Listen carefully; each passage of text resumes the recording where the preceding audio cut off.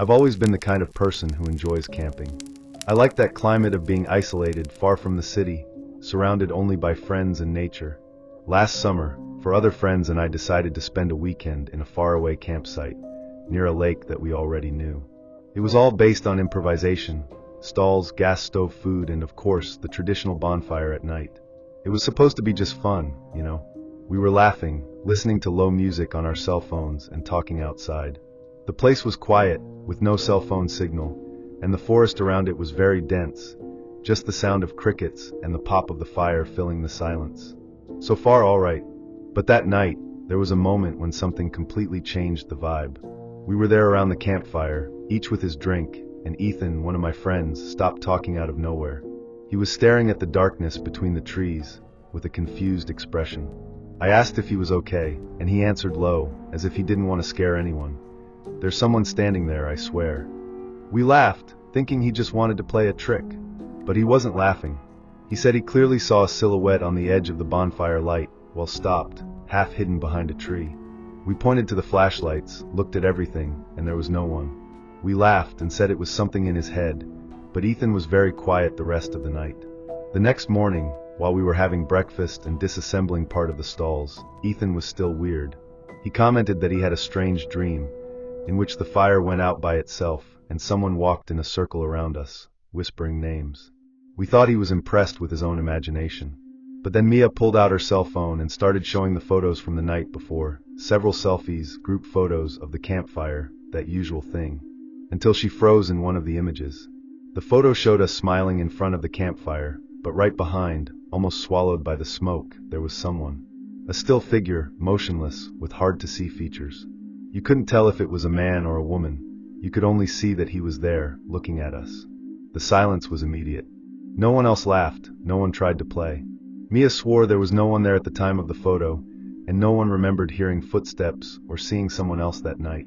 Ethan got up and went to the edge of the forest, trying to find footprints or some sign that it could have been just someone passing by. No trace. The floor still wet at dawn had no mark. The bonfire had left a well-lit circle at night, and anyone who had approached would have been seen by one of us. But, somehow, that figure appeared exactly in the middle of the only photo that no one paid attention to before. Ethan began to insist that we should leave before the next night. The weather had completely changed. The whole group became quieter, and even with the high sun, it seemed that the forest was denser, heavier.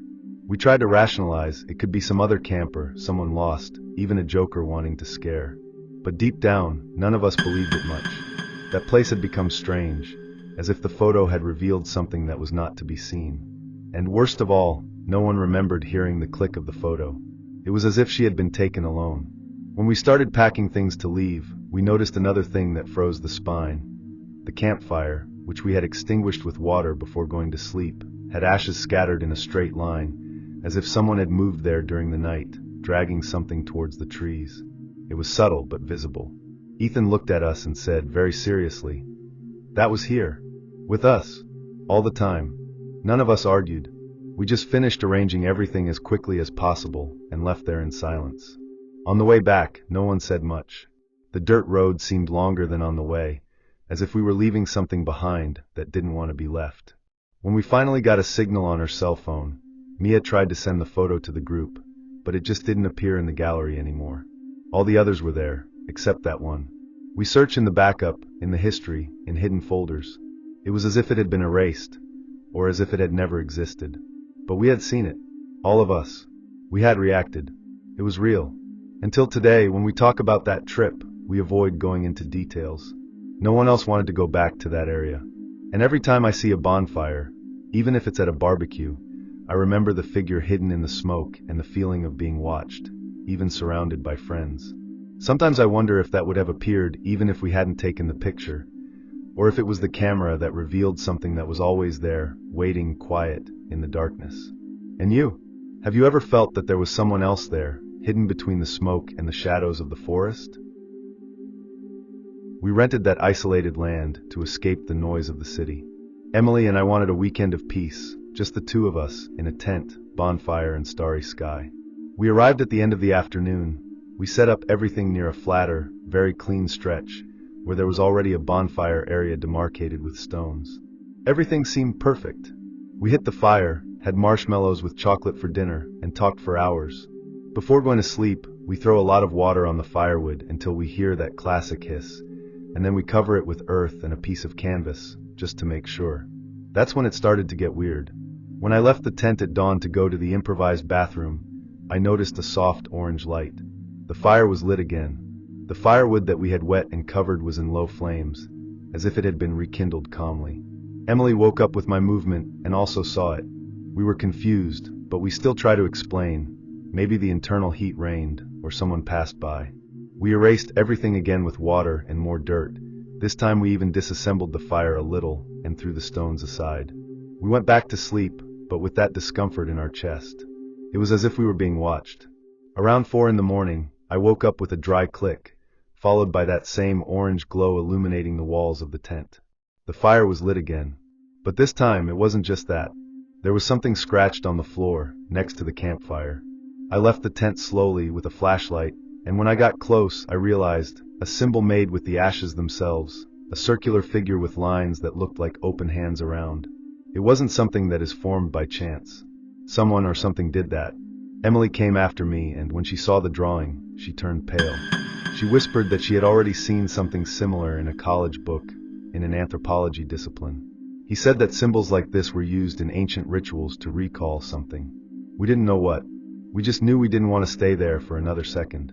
In minutes, we collected the essentials, left the tent, and threw water back on the fire, which took a long time to extinguish as if it resisted. When we got back to the car, I swear I heard a muffled sound coming from behind the trees. Something like a breath, or a short laugh. The dirt road seemed endless that morning. Each shadow between the trees seemed denser than it should be, and at each bend I looked through the rearview mirror, expecting to see something moving behind. Emily trembled in the passenger seat, holding the cell phone firmly with the symbol photographed. When the signal came back, already near the city, she tried to research something, but the images that appeared were vague, variations of the same symbol, associated with local legends and poorly documented stories of disappearances in forest areas of the state. Even back to the security of our apartment, the strange feeling didn't go away. During the following weeks, some things began to happen at home. Objects changed places, lights flashing for no reason, and worst of all, that smell of smoke in the air, always around 3 in the morning.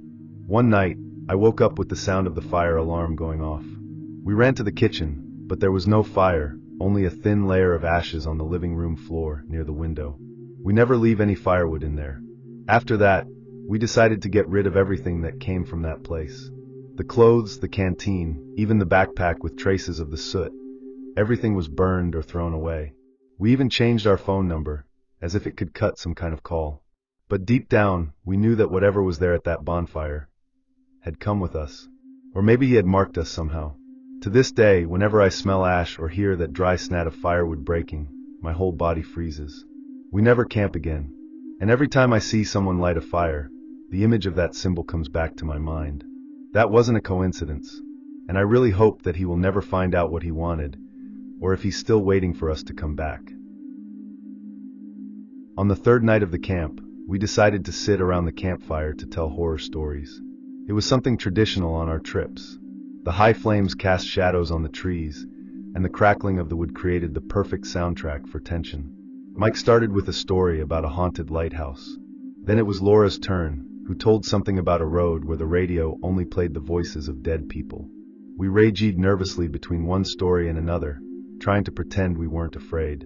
It was in the middle of my story that everything changed. I was talking about an abandoned house when Sarah interrupted.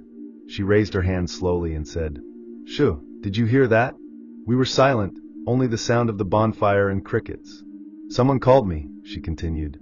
"They're from the trees. They called my name." We laughed, thinking it was part of the story. But her face was serious, pale. Mike said he didn't hear anything, but I started listening too. A dragged whisper, almost impossible to understand.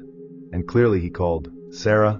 We put out the fire in a hurry, throwing sand and water over the embers. The darkness took over the camp in an almost suffocating way.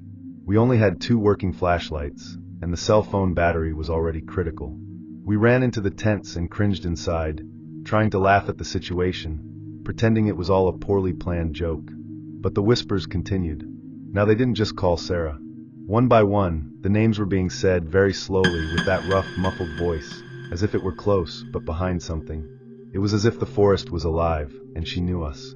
With each whispered name, the person drew attention inside the tent, as if he felt something approaching.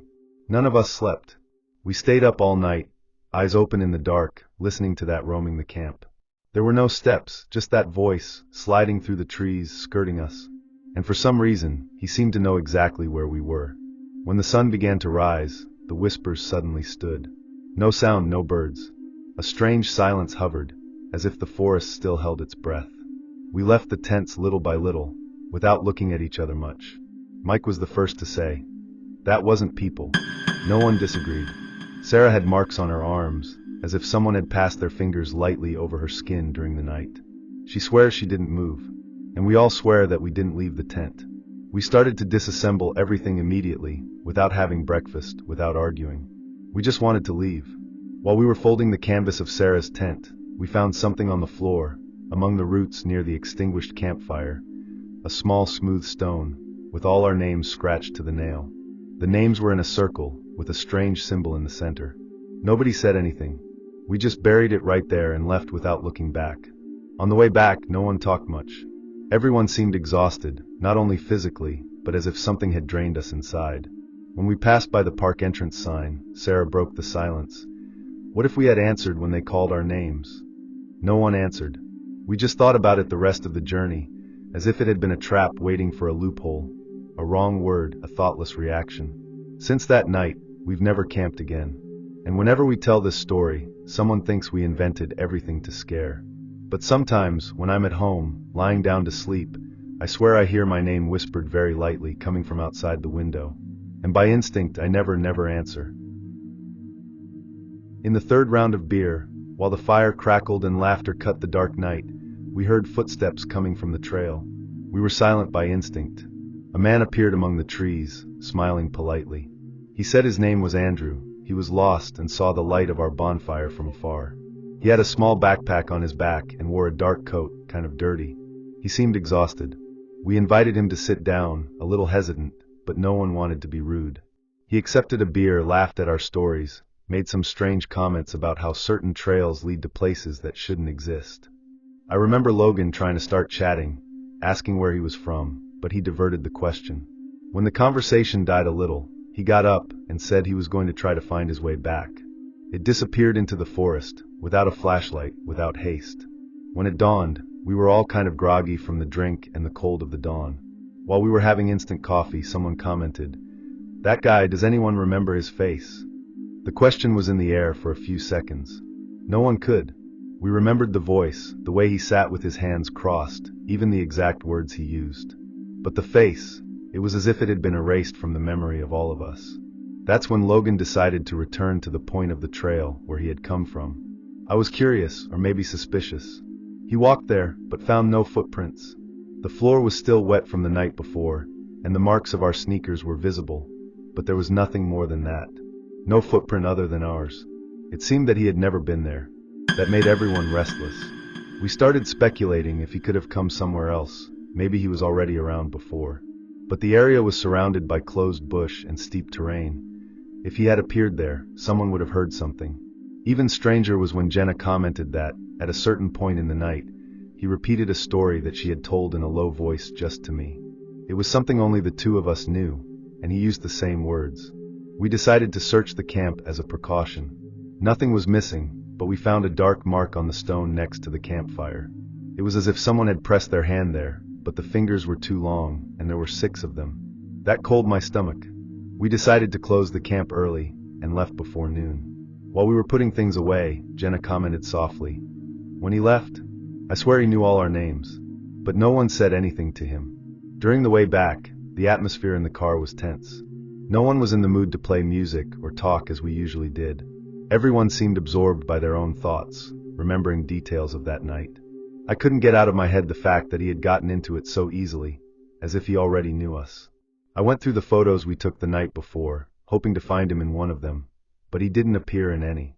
There was an empty space between us, as if someone had been cut out of the image. That was the last straw. From that moment on, We all agreed never to camp in such isolated places again. Logan, who always laughed at horror stories, even threw away his trail equipment weeks later. We never found out who or what that man was. But sometimes, when I'm alone, I think of that stone next to the campfire and the 6 fingers marked there, and I keep wondering if he's sitting around the campfire of another group, telling jokes and listening to stories he shouldn't know. It was the 3rd day of the trail, and the last before we returned home. We were camping near a shallow stream, surrounded by a spacious and silent clearing. The group, me, Sarah, Dylan, and Eric, decided to make a fire that night, more out of tradition than necessity. We collected some stones around to form the base, as we always did, and used dry firewood that Dylan had kept since the morning. The fire burned hard when the night fell completely. We had dinner around the campfire and spent hours laughing, talking outside, telling the most absurd stories we had from previous camps. It was that kind of night when everything seems too calm, as if the whole world was silent just to hear us talk. But around 2 in the morning, when we had already extinguished most of the embers and collected ourselves to the tents, the sounds began. The sounds were dry, spaced, and came outside in the woods. They weren't human steps, at least they didn't sound like conventional steps. They were more like rhythmic beats, one every 10 or 15 seconds. Sarah thought it could be some animal, but there was no sound of leaves or branches moving, only the impact against the ground, as if something hit wood or stone on the ground. Dylan whispered from the tent next to him, "Are you listening to this too?" We all say yes. We were silent for long minutes, paying attention. The beats continued, bypassing the camp, slowly changing direction, as if someone or something was going around us. After almost an hour, the sound stopped as suddenly as it began. The next morning, we woke up early and left the tents in silence, still bothered by the night before. It was Sarah who noticed first. The stones of the bonfire were no longer as we had left them. Someone or something had reorganized all of them in an almost perfect circle. In the center, the ashes erased from the firewood. But what gave us the most goosebumps was a line formed by smaller pebbles, starting from the circle and pointing directly to the tent where Eric slept. He turned pale when he saw that, swearing that he didn't leave the tent at any time. No one left. We checked the backpacks, the belongings, everything was in place. No sign of invasion, no clear footprints around. Only the floor a little sunk at some points, as if something very heavy had pressed the earth during the night. We spent the rest of the morning trying to rationalize. Maybe some big animal has messed with the stones, or even someone playing a trick. But we were miles from the nearest city, and we were the only ones registered in that area of the park. Sarah suggested that we dismantle the camp earlier, but Eric insisted that we should stay at least until the night, just one more, to see if something would happen again. Despite the hesitation, we agree. When the sun began to descend on the horizon, we redived the fire, this time without using any of the original stones. We used firewood surrounded by a shallow dit of earth, and completely erased the traces of the old circle.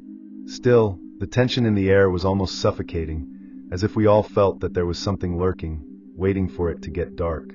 This time we kept watch in shifts. Eric and I stayed up until around 3 in the morning, with flashlights in hand and our ears attentive to any sound. No knock, no step. But when Sarah and Leo took over, they said they heard a dry slap coming from the woods, exactly the same sound as the night before. When they pointed the flashlight, there was nothing, only motionless trees and darkness.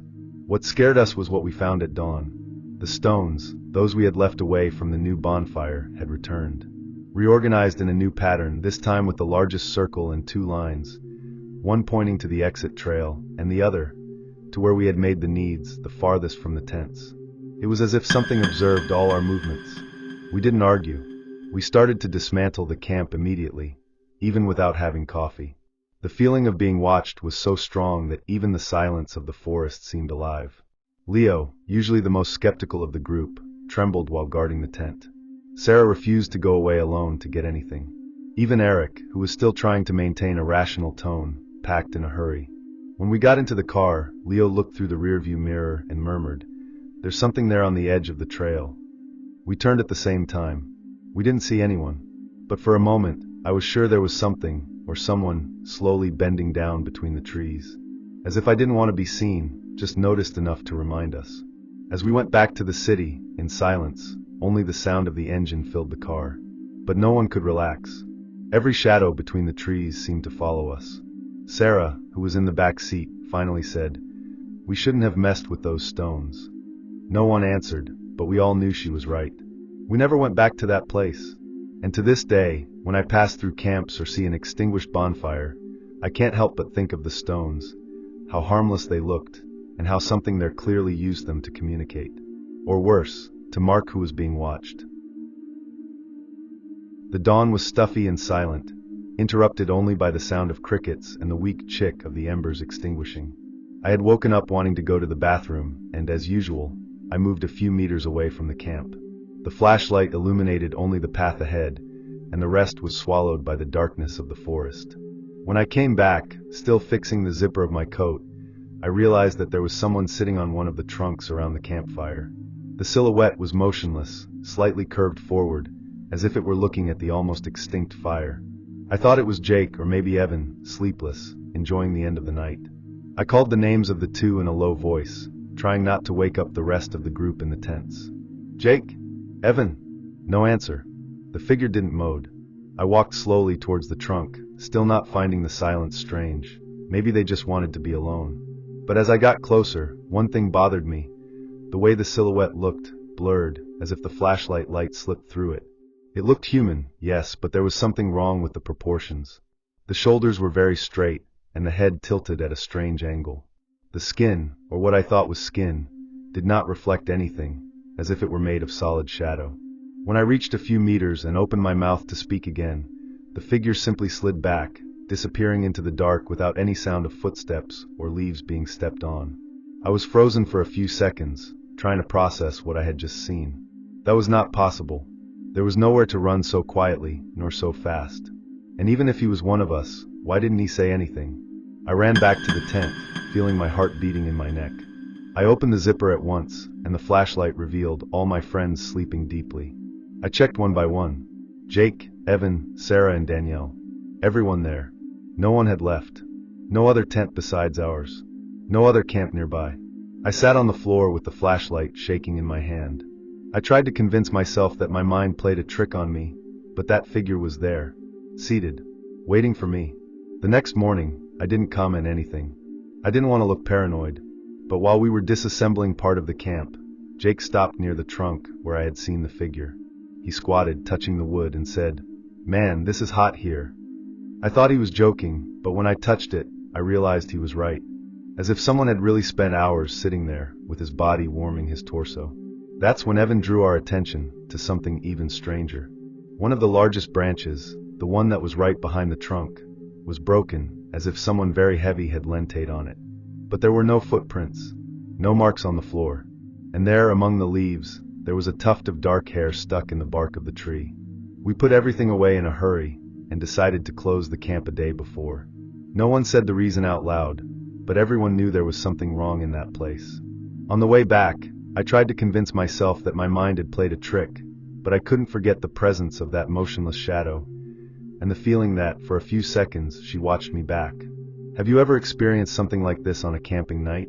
Tell me in the comments, or if you prefer, just tell me, would you have the courage to go back and sit on that trunk again?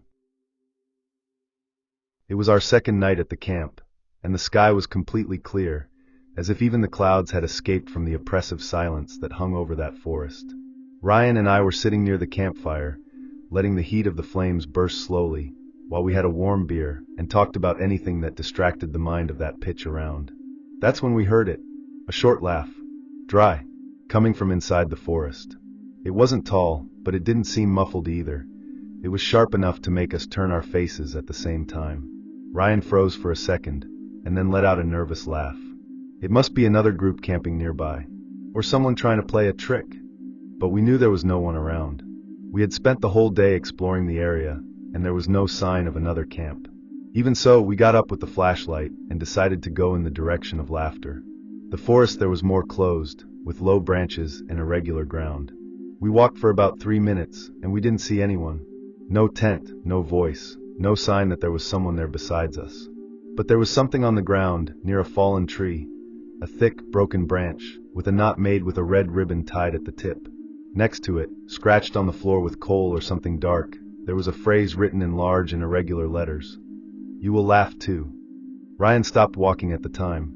The flashlight trembled in his hand, and the silence after that seemed even heavier. We stood still listening, nothing. Not even crickets. Not even wind. Only the sound of our own breath getting faster. We went back to the camp almost running, trying not to look terrified. The bonfire was still burning weakly, and the other two friends were sleeping in the tents, apparently without having heard anything. But there was something new there. Near the trunk where Ryan was sitting before, someone had left another red ribbon, tied to a standing sprig stuck on the floor, as if it were a mark or a silent warning. No one slept well that night.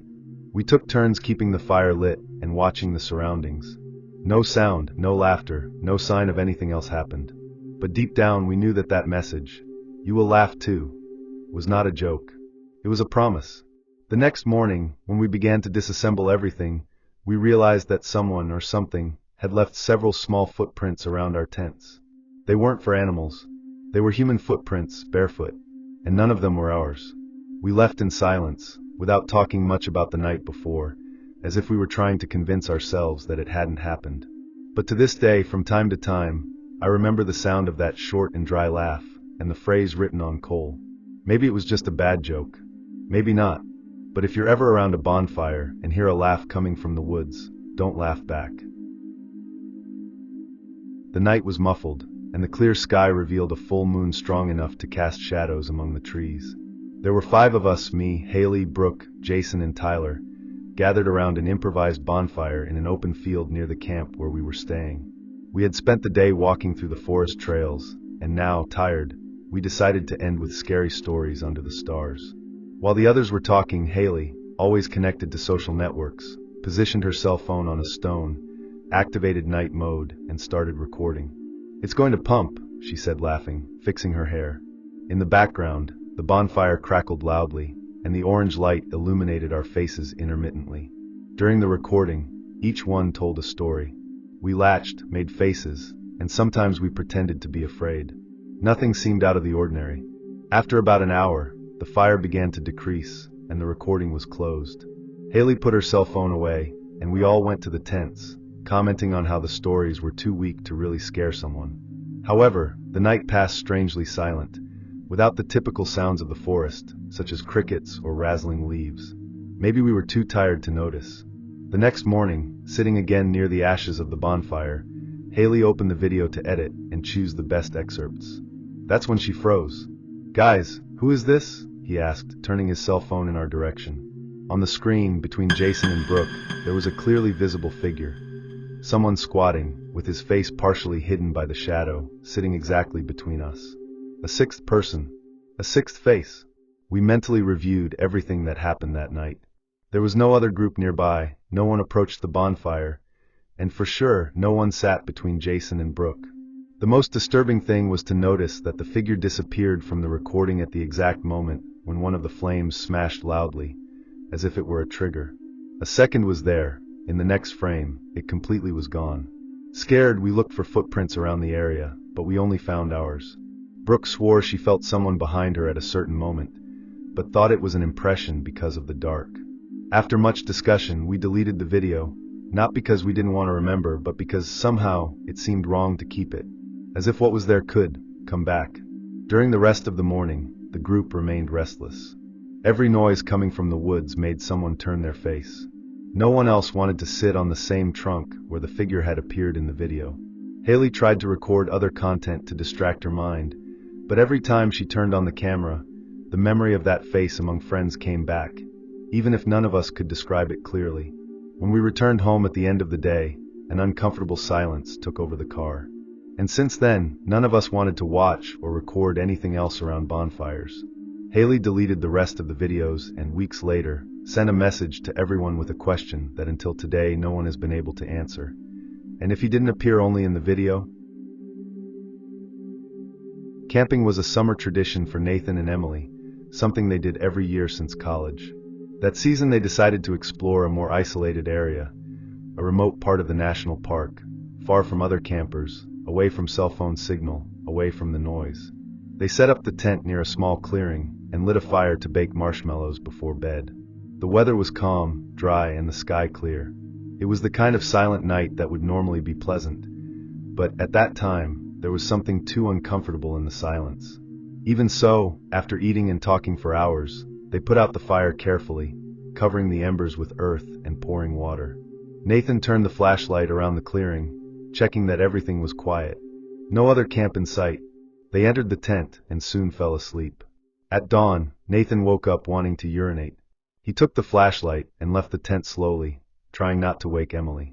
As soon as he opened the zipper of the canvas, he noticed a flickering light ahead, the characteristic glow of fire. For a second, he thought that maybe they hadn't put out the fire completely, but as he approached, he saw that it wasn't that. The fire was lit again, with new firewood, carefully organized. And right in front of the flames, there was a camping chair positioned as if someone was there, watching the fire. But that chair wasn't theirs. They had only taken 2 low seats, none with backrest and definitely none with that dark blue fabric. Nathan froze, feeling a chill rise down his spine. He slowly turned the flashlight around the clearing, trying to see if there was anyone around, but there was no sound at all. No footsteps, no leaf snots, no insects.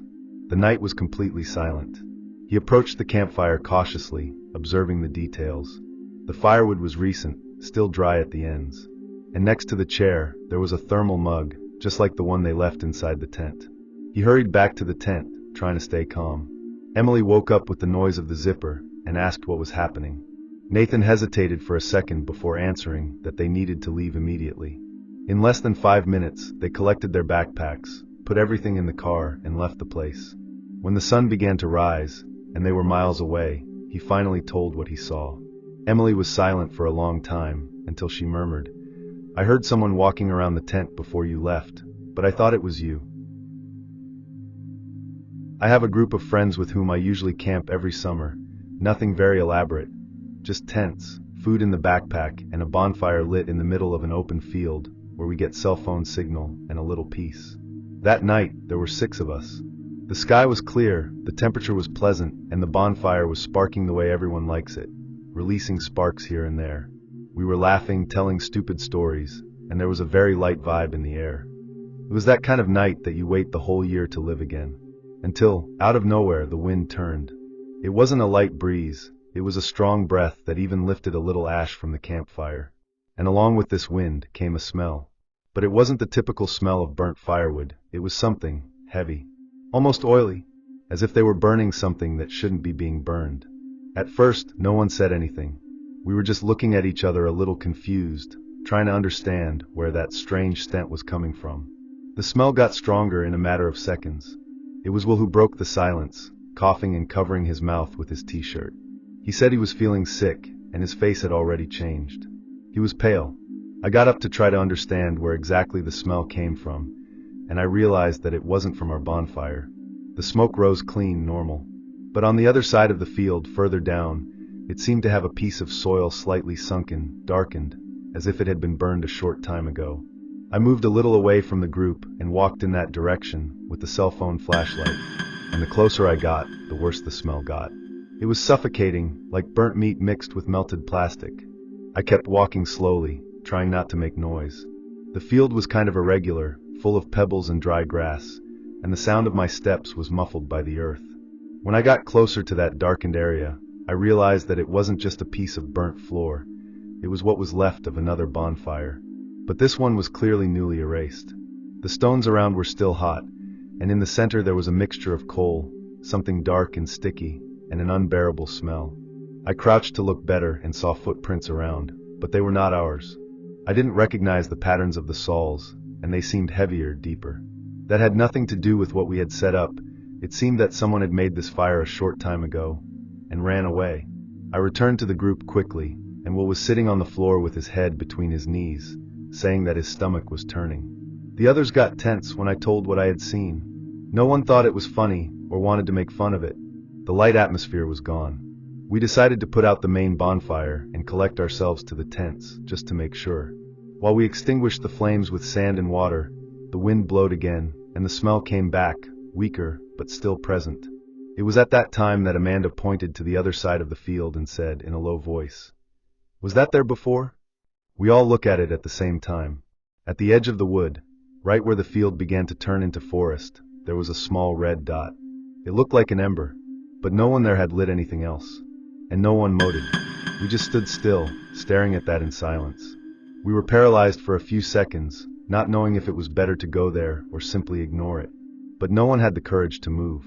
That red dot stayed there for a few more minutes, firm, until it suddenly went out, as if someone had covered it with their hand. There was no wind or visible movement, it just disappeared. No one said anything else. We all returned to the camp in silence and locked ourselves in the tents. During the night, I couldn't sleep well. Any snap of the forest made me open my eyes. There was a moment when I heard light footsteps circulating outside. I thought it was imagination, but then a low sound came, as if someone had bent down on the side of the tent and breathed through the shaft. The next day at dawn, we all went out together. Almost no one had slept. We went to the place where we had seen the embers, and to our surprise, there was a structure of stacked stones there, like a small disassembled bonfire. In the middle, a burnt cloth and marks on the floor, as if someone had been sitting there. But the strangest thing was what we found next to it, a stone with a symbol made with coal. None of us could identify what it was, but it looked like a purposeful drawing, as if marking that place. We didn't talk about it anymore during the rest of the trip. Everyone just wanted to leave as soon as possible. But sometimes, when the wind changes out of nowhere and brings that strong smell, I remember that night, and to this day I have no idea what we witnessed there. That happened a couple of summers ago, during a family camp that we do every year in a state park near Asheville. It's a very quiet place, with an area reserved only for large groups, and we always rent the same space. That night, after dinner and the games around the campfire, my cousin Alyssa and I decided to go out for a while. We wanted to talk in peace, away from the noise of uncles laughing out loud and children running with flashlights. We walked to the river that passes nearby, only with the cell phone in hand to illuminate the path. Everything was calm, and the water made that constant little noise that even made me want to stay there forever. We stayed there for about 20 minutes, just exchanging confidences and looking at the sky. On the way back, we followed the same path, a little slowly, still laughing at some nonsense she had said. The trail passed through a part with denser trees, and then opened directly into the clearing where the camp was. When we were almost there, you could already see the flash of the bonfire through the branches. That's when we heard it. A laugh. But it wasn't someone laughing out loud at a joke. It was a strange, muffled sound, coming from the forest on our left. It looked like a half-stuck laugh, as if the person was trying to hold on. We even stopped, a little confused, thinking it was some cousin trying to scare us. Alyssa even shouted a "very funny," thinking it was Josh, but no one answered. We kept walking, already a little more alert, looking to the sides. The campfire was already very close. You could see everyone sitting on the logs, in silence. And that's when we heard it again. Another laugh, but this time louder, and it didn't seem to be coming from a single direction. It was as if there was someone moving among the trees, laughing softly while watching us. I felt the hair on my arm stand on end at the time. Alyssa stopped walking and kept looking at me with a panicked expression that I had never seen in her before. We stood there for a few seconds, waiting to hear something else, but only silence came. When we finally arrived at the clearing, the contrast was surreal. Everyone was sitting around the campfire, in complete silence. No one spoke, no one laughed, they just stared at the fire as if they were hypnotized. Alyssa and I looked at each other, still trying to understand what was happening. I asked my uncle softly if anyone had gone after us to play a trick, and he just shook his head slowly, as if he hadn't even heard me properly. The atmosphere there was strange, heavy. Even the noise of the fire seemed lower than normal, as if something was draining the sound of the environment. We sat down, still a little suspicious, trying to get back to the quiet atmosphere of before. But it was impossible.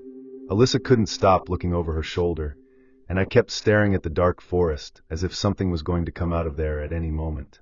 When my cousin asked why we were weird, I told him what we heard. But, the moment I mentioned the laughter, one of the children started crying out of nowhere. She said she had also heard someone laughing, but she had thought it was us playing. That's when everyone started to get restless. My uncle got up, took a flashlight, and decided to take a quick walk around the clearing. He came back in less than 2 minutes, saying that he didn't see anything, but that it was better for everyone to stay closer together. No one wanted to sleep immediately that night. Some stayed inside the tents, but awake, and others preferred to stay a little longer near the campfire, as if the light of the fire were a protection. Alyssa and I were talking in a low voice, trying to understand what had happened. It was hard to accept that it had been just imagination. The laughter was real, the direction it came from, the feeling that we were being watched.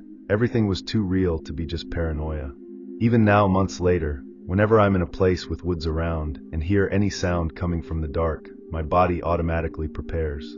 It's as if that night had left a part of me on alert forever. The next morning, everything seemed too calm.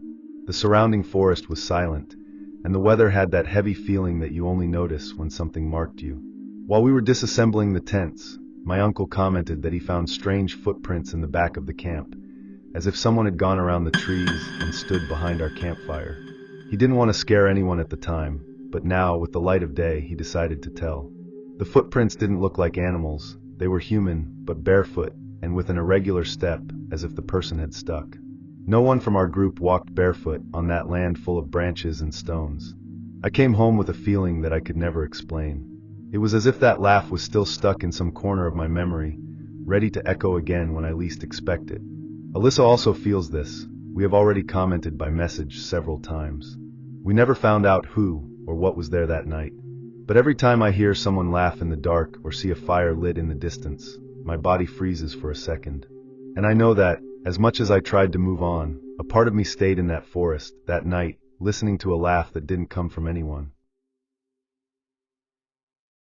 My husband and I always like to camp, especially in more remote parks, where the sky is clearer and the silence of the forest helps to disconnect.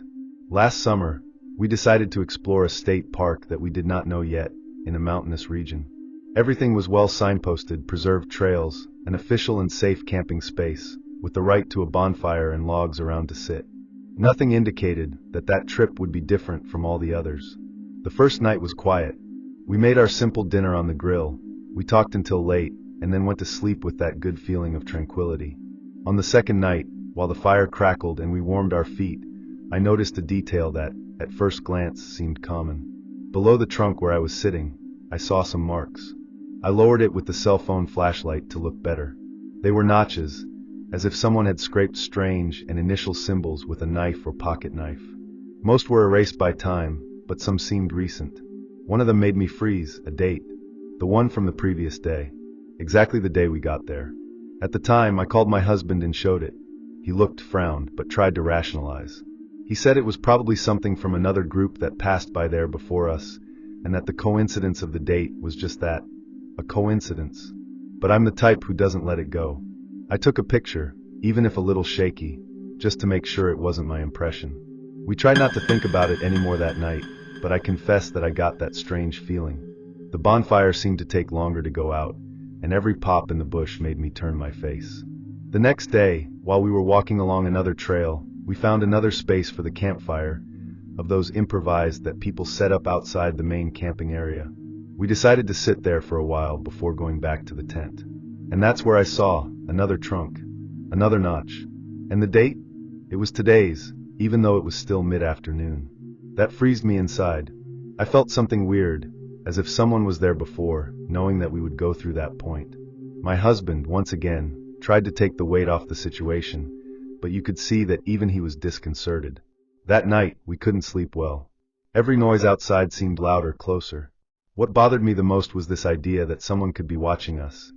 And worse, that maybe I had scheduled that in advance. Who would do something like that? And why? I started to think that it could be some kind of macabre joke of someone who often camps there, but nothing made sense. There was no one else around, and the only cars in the parking lot were ours, and an elderly couple who didn't even seem to get out of the trailer. The tension increased even more when, around 2 a.m, we heard footsteps. It wasn't animal. They were human light steps, circling the campfire area. We turned off the flashlight immediately. We were silent, trying to hear better, and I almost didn't even breathe. It was about 5 or 6 steps, then the sound stopped. No escape noise, no broken branch, just silence. As if whoever was there had stopped on purpose, knowing that we were listening. Do you want me to continue? In the morning, when the sun finally appeared, the first thing I did was go to the trunk where we had seen the notches. That was still there, but now there was one more symbol, well below the previous date. It was like a crooked letter, almost a triangle with a scratch in the middle. The wood around looked freshly scratched, with the lint still loose, as if it had been done a short time ago. I ran to the other trunks that were around the campfire, and to my amazement, one of them had the date of the current day, The same cutting pattern, the same depth, as if the same blade had been used. At this point, you could no longer try to pretend it was just a coincidence. We packed everything as soon as possible. While disassembling the tent, I noticed that there was a small stone under it, and in it someone had scratched something that looked like another symbol, a crooked cross. No one in the group had seen that before, and everyone denied having done anything like that. The feeling I had was that every little detail was there to warn us of something, as if we were part of something that was already in progress even before we arrived. During the return, no one said much. The dirt road seemed even longer and quieter than when we arrived. When we finally got a cell phone signal, I started looking for symbols similar to the ones we saw. I didn't find anything exactly the same, but some old reports mentioned carved marks in camping areas, always accompanied by strange dates and events. They were obscure forums, nothing that seemed reliable at first glance, but the similarity made me uncomfortable. It's been a few months since this camp, and even today I keep thinking about it. Every time I see a date carved somewhere, even if in trees on the street or scribbled on walls, I feel a chill. No one could ever explain how that last trunk already had the date of the next day before nightfall. And the strangest thing is, my name, or at least his initials, were also among the carved marks on the first trunk, and I only realized this later, reviewing the photos. I never went back to camping. I don't know who did that or why, but I'm sure it wasn't just a coincidence.